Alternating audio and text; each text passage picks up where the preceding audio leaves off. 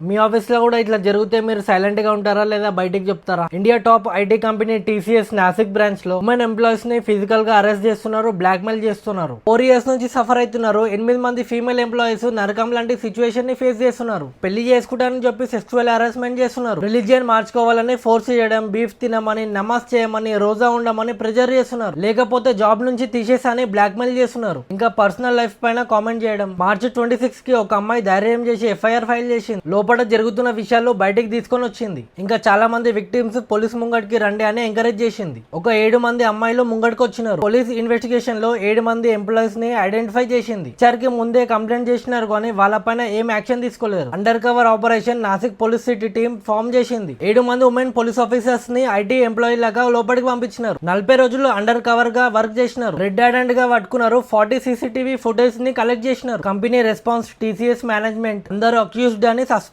చేసినారు. ఈ incident IT sector మొత్తం షేక్ చేసింది. ప్రతి 10 మందిలో ఒకరు టీసీఎస్ లో జాబ్ చేస్తున్నారు అని అంటున్నారు. మీ ఫ్రెండ్స్ లో ఎవరైనా ఉంటే ట్యాగ్ చేయండి. ఇట్లాంటి కంటెంట్ కోసం ఐడిని ఫాలో చేయండి.